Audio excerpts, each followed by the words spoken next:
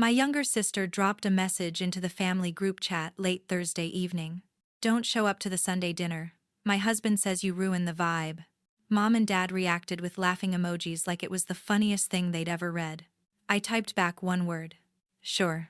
I'm Avery Latham, 37, Chief Operating Officer at Helix Point Medical Systems here in Denver, Colorado, the company preparing to release a next-generation diagnostic scanner projected to disrupt the entire healthcare market.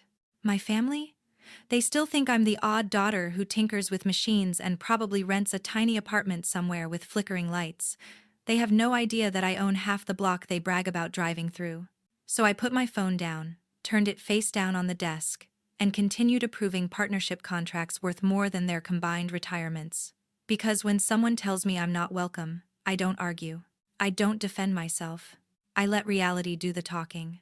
And if you've ever been the family scapegoat, hit that like button and subscribe because what happened the next morning felt like karma walking in on high heels. Friday, 10:04 a.m. My assistant, Rowan, buzzed through the intercom.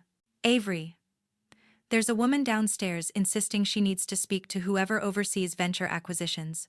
She refuses to give a name, says it's urgent, her husband's with her. I told Rowan to send them up. Exactly 2 minutes and 11 seconds later, the frosted glass doors slid open. Ella stepped in, first-fitted navy dress, hair curled like she was arriving for a magazine shoot, sunglasses perched on her head. Her husband Cole followed behind her, hands shoved into his pockets, eyes down. They both froze as soon as they saw me. Ella's sunglasses slipped from her fingers and hit the tile with a crack that echoed. Avery? Her voice thinned. Her eyes darted from my face, to the brass nameplate on my desk, to the massive Helix Point logo dominating the back wall. You work here? Cole stammered, actually stepping backward as if the air shifted. This, he swallowed hard. This is your office? I didn't stand. I didn't blink. Chief Operating Officer, I said calmly. So tell me, what exactly do you two want? Ella's shock snapped into a glossy, manufactured smile so fast it nearly whiplashed the room. Ella strutted forward like she owned the place and dropped a thick, glossy pitch deck onto my desk. It landed with a dramatic thud, absolutely intentional. Oh my gosh, Avery, this is perfect, she squealed, clapping her freshly manicured hands together like she had just won a prize. I'm raising funding for my diagnostic startup. Next-gen point-of-care testing. Total disruption. We need $2 million to get through FDA clearance. And you... She gestured at the Helix Point logo behind me. You're literally in the industry. You can sign the check today. Cole finally lifted his head and nodded so hard I thought he'd strain something. Yes, Avenue, this is a no-brainer. Family helps family, right? I didn't touch the deck. Didn't even slide it closer. You showed up here, I said, keeping my voice even, without an appointment, on the Friday before Memorial Day weekend, to ask me for $2 million. Ella's smile stayed locked in place. That was how I knew she practiced it in mirrors. Exactly. Blood is thicker than water, sis. I looked her directly in the eyes. No. The smile snapped off her face so fast it was almost audible. What do you mean, no? Her voice pitched upward. You're seriously telling your own sister no? Cole stepped closer. Avery, come on. This could change everything for us. For the family. You know that. I repeated the words slowly, clearly. Leave. Now. Outside my office walls, the entire floor went still. Engineers froze mid-keystroke. Analysts suddenly stared intensely at spreadsheets that hadn't changed in 10 minutes. Ella's face flushed a furious shade of red. Are you kidding me? She shouted. You sit up here in your fancy glass office making God knows how much money, and you won't help your own blood? She turned toward the glass, ensuring her voice carried. This is why nobody invites you anywhere. You're jealous that Cole and I built something real, and all you have is this cold, pathetic job. Security was already in motion. 2 guards in black Helix Point polos appeared at my doorway before I pressed a single button. Ma'am, you need to lower your voice and exit the building, the taller one said. Ella spun on him. Do you even know who she is? I'm her sister. Cole grabbed her wrist. Ella, please, let's just go. She yanked her arm away. No, she doesn't get to treat us like garbage. The guards closed in. guiding them toward the open elevator. Cole looked back at me, eyes wide, hurt, and confused. "You're really choosing this place over us?" he muttered as Ella screamed, something about lawsuits and "you'll regret this," before the doors sealed shut. Rowan stepped inside the office as the echo faded. She exhaled slowly. "Your sister," she said, "is a special kind of special." I flipped open the pitch deck just long enough to see the cover page. Ella Moretti, CEO and founder. Cole's name wasn't listed once. Not as co-founder, not as advisor, not even in acknowledgments. I fed the entire deck into the shredder and watched the glossy pages curl into ribbons. Before the elevator even reached the parking garage, my phone started vibrating across the desk. The first call from Cole came before I'd even poured coffee. I let it ring. He called again. Third time. Fourth. By the fifth, I picked up. "What do you want, Cole?" His voice burst through the speaker, ragged with fury. "Do you have any idea how humiliated Ella is right now? She's in the car crying because of you." I said nothing. "You couldn't give us 5 minutes? You had to call security like we're criminals in front of your whole company?" "God, Avery." His breathing shook. "You're heartless. You always have been." I took a slow sip of coffee. "Anything else?" He hung up. 10 minutes later, the texts poured in. "Cole, you just ruined our future." "Cole, Ella hasn't stopped crying since we left." "Cole, hope that corner office keeps you warm at night." I muted the thread and opened my banking app. That's when a notification dropped across the top of the screen. Pre-approval alert, $480,000 personal loan. Cosigner, Avery Latham. Primary borrower, Cole Moretti. Secondary borrower, Ella Moretti. My stomach didn't drop, my pulse didn't even change. They had filed the application at 2:19 a.m. Using my social security number, old pay stubs I'd once left at my parents' house, my publicly listed salary, my current address. The system had already soft approved it. I called Mark, my relationship manager at Chase. "Mark, a $480K loan was submitted under my name. Kill it." He pulled it within seconds. "Want a hard denial and fraud alert? Hard deny, fraud flag, freeze all new applications for 90 days. Done. Confirmation email in 4 minutes." At 10:06 a.m., it arrived. Status: permanently denied suspected identity fraud. I forwarded the PDF to Cole. No message. He called instantly. Declined. Called again. Declined. Then Ella's number flashed across the screen. This time, I answered. "You think you're so clever, don't you?"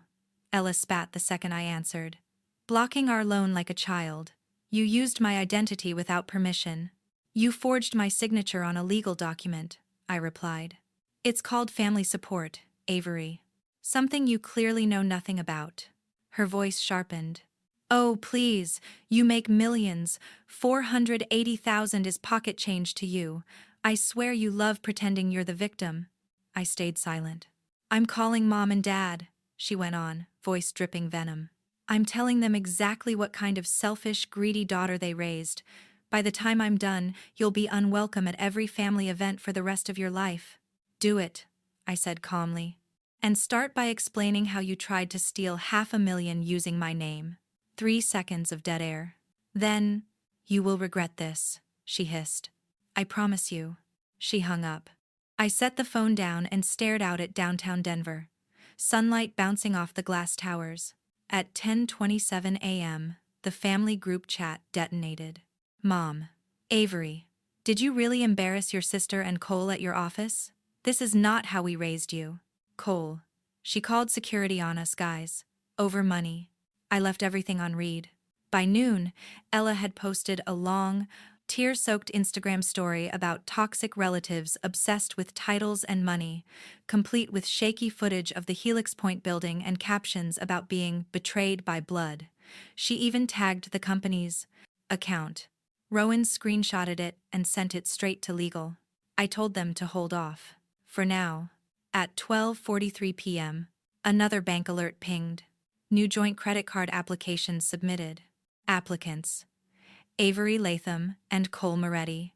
Requested limit: $50,000. I called Mark again. He killed it before the system even finished processing. I spent the next hour pulling full credit reports from Equifax, Experian, and TransUnion. I placed extended 7-year fraud alerts, froze my credit with every bureau, and notified every lender I've ever used that any application without my direct verbal confirmation should be denied immediately. When I finally leaned back in my chair, staring at the ceiling, one truth settled hard. They weren't going to stop.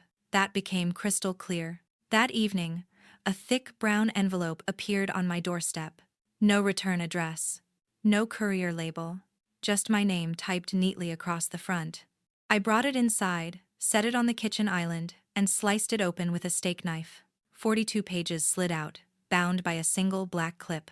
The cover page read, Private Investigation Report. Subject: Ella Moretti. Prepared for anonymous client. Date: May 24. I hadn't even flipped the first page before something stopped me cold. The handwriting on the small note tucked inside wasn't printed, typed, or formal. It was my father's.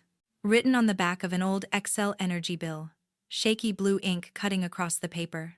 I've been suspicious for a long time, but didn't know how to bring it up. If you can handle this, please do. I'm sorry. Dad. I lowered myself onto a stool at the kitchen island and began reading. Page 1. Summary. Ella Moretti, age 34, married Cole Moretti in October 2023. Previous marriage: Daniel Wyatt, 2020-2021, dissolved after Daniel filed for Chapter 7 bankruptcy. Pages 2. 12 bankruptcy documents.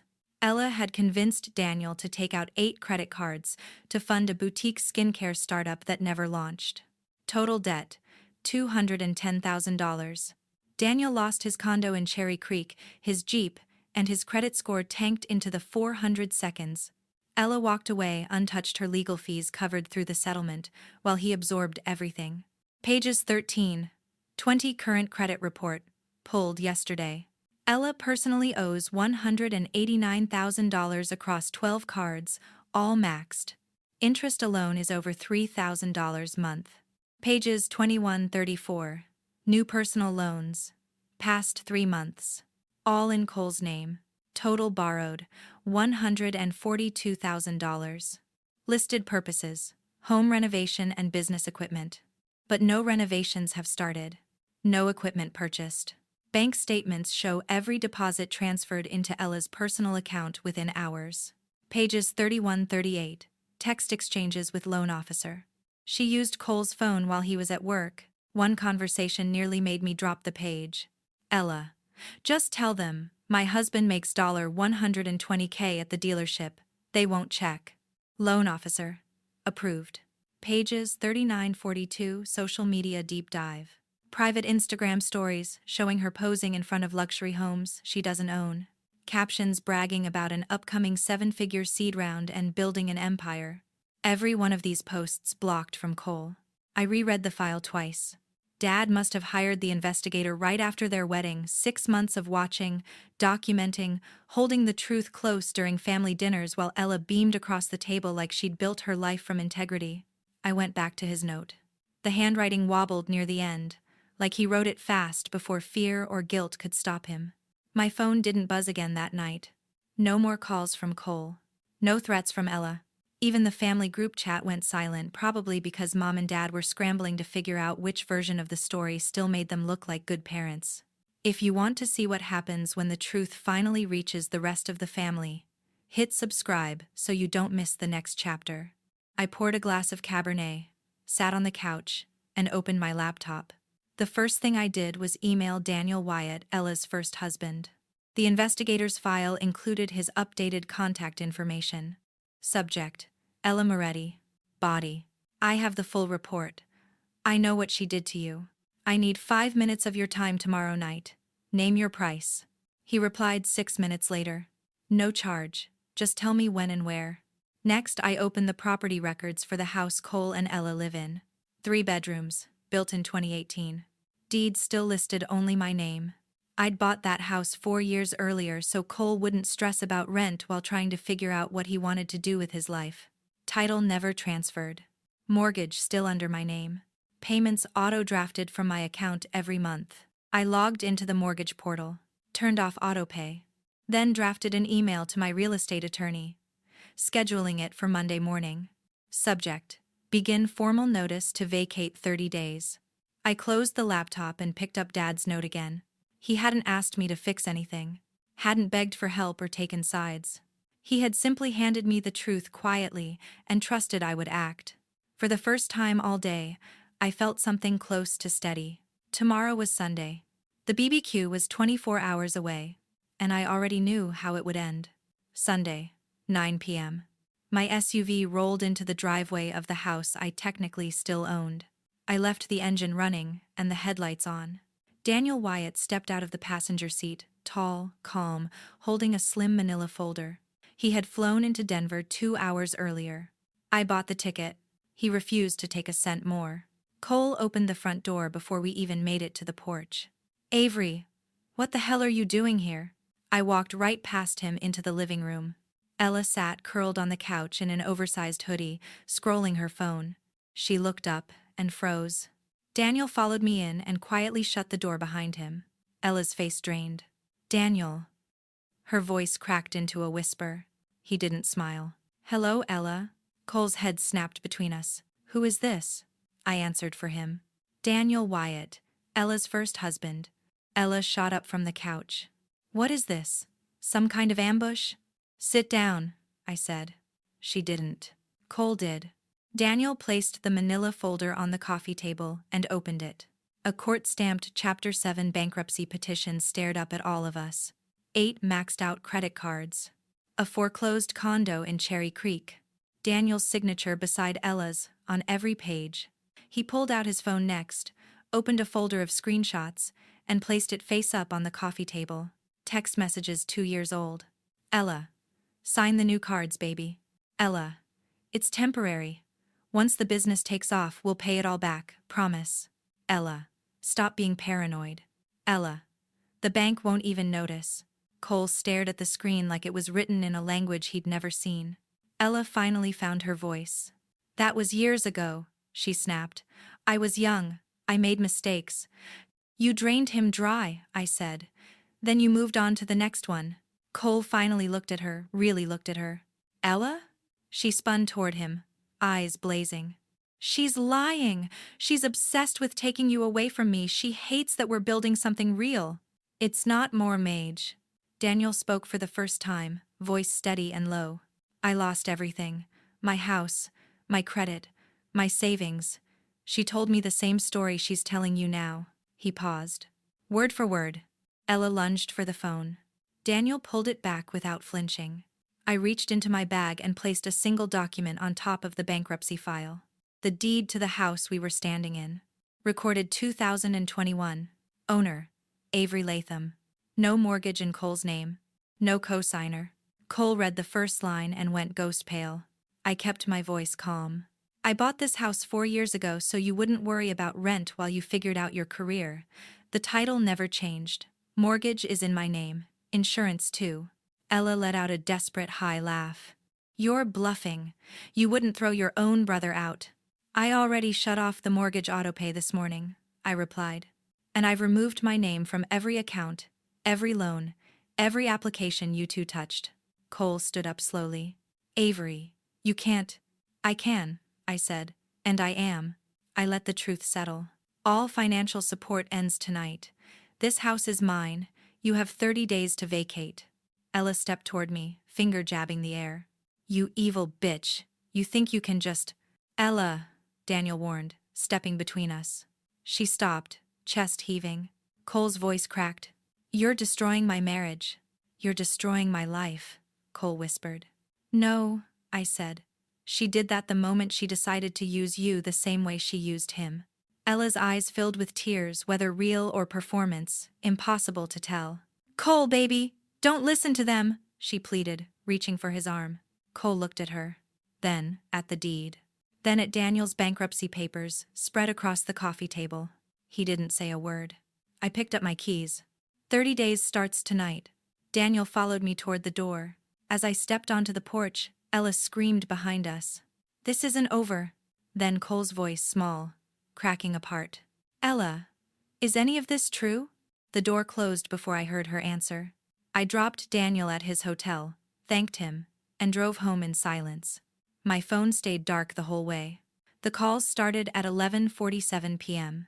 Cole didn't stop until sunrise. 57 missed calls. 219 text messages. Cole. Avery, please pick up. Cole. I'm begging you. Cole. She's throwing clothes into suitcases. Cole. You're making us homeless. Cole. I'm sorry, okay? I'm so sorry. Cole. You're my only sister. Cole. Please don't do this to Mom and Dad. I never touched the green button. The phone stayed face down on my nightstand, lighting up the ceiling every 30 seconds like a silent strobe. Monday, 7:59 a.m. I arrived at the office, opened my laptop, and hit send on the email my attorney drafted over the weekend. To Cole Moretti, Ella Moretti.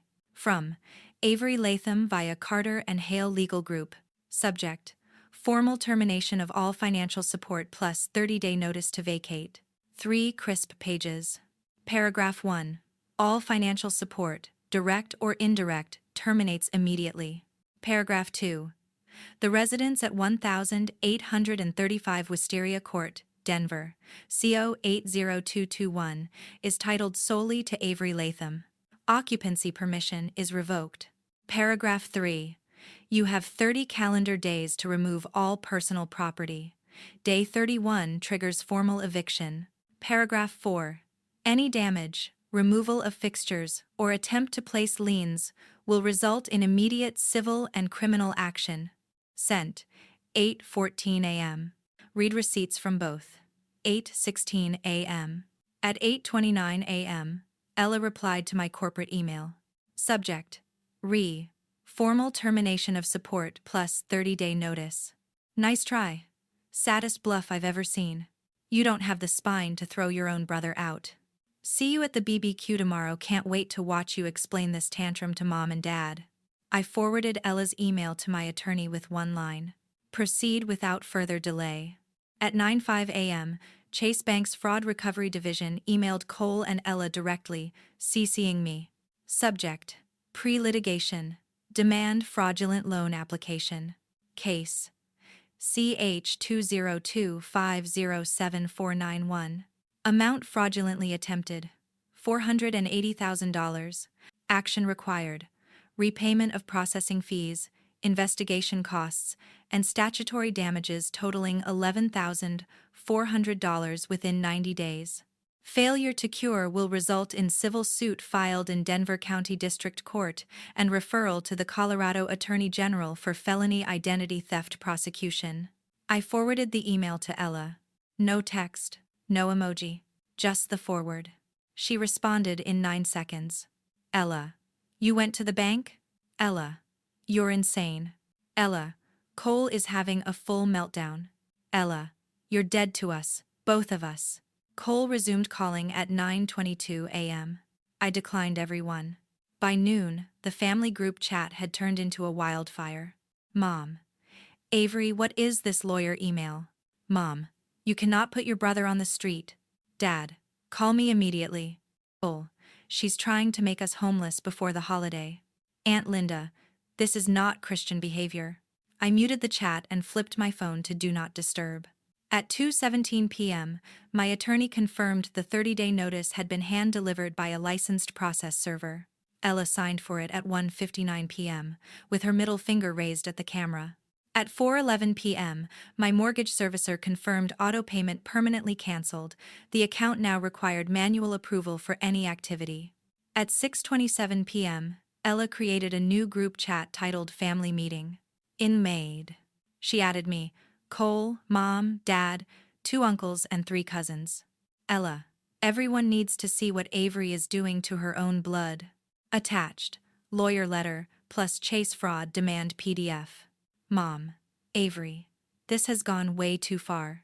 Dad: we are talking tomorrow, whether you like it or not. Cole: she's killing us. I left the chat without speaking. At 8:52 p.m., my condo concierge buzzed. Ma'am, a Mr. Cole Moretti is downstairs. Says it's life or death. Tell him I'm not available. Ode. Security footage later showed Cole pacing the lobby for 23 minutes, hands in his hair, before walking out into the rain. By midnight, my phone displayed 289 unread messages, 71 missed calls. I opened none. Tomorrow was Memorial Day. The BBQ was still at 2 p.m., and I knew exactly what I would place on the picnic table. Memorial Day, 1:58 p.m. I pulled into my parents' driveway in Durham one last time. Charcoal smoke drifted across the yard. Country music hummed under the chatter. Relatives laughed, red cups in hand. Neighbors lingered by the fence. Ella stood beside Dad at the grill in a white sundress and cowboy hat, flipping burgers like she'd been adopted into sainthood overnight. Mom spotted me first. Her smile faltered just slightly, then widened artificially. "Avery, you made it!" I walked through the gate, crossed the lawn, and stopped at the long picnic table draped in red checkered cloth. No one noticed the thick manila folder until I set it down with a heavy thud between the potato salad and baked beans. Silence rippled outward. I opened the folder and laid out the documents one by one. 1. The deed to the Denver house, my name only, recorded 2021. 2. The 30-day notice to vacate, signed by Ella yesterday. 3. The mortgage statement, autopay canceled, acceleration clause triggered. 4. Chase Bank's pre-litigation fraud demand dated this morning. 5. Daniel Wyatt's 2022 bankruptcy discharge, every page stamped with Ella's signature beside his. Cole dropped his plate. Coleslaw splattered across the patio. Mom's hand flew to her mouth. Dad's grilling tongs froze midair. Ella laughed high, brittle, desperate. "What is this? A joke?" Cole stumbled forward and dropped to his knees in front of me, voice cracked and shaking.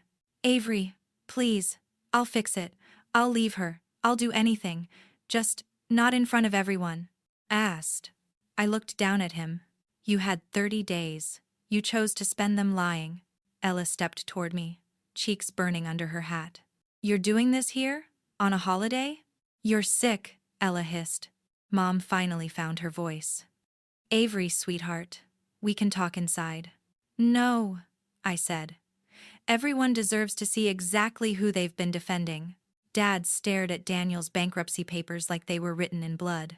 "Ella, is this true?" She rolled her eyes. "That was years ago. People change." Cole was crying now, clutching the hem of my jeans. "I didn't know," he choked. "I swear I didn't know the full story. I love her. Please, Avery." I stepped back, letting his fingers fall away. Ella kept going. "You're jealous because nobody wants you. You hide behind your money and big job because you hate that we're actually happy." Gasps rippled across the yard. Someone turned off the music.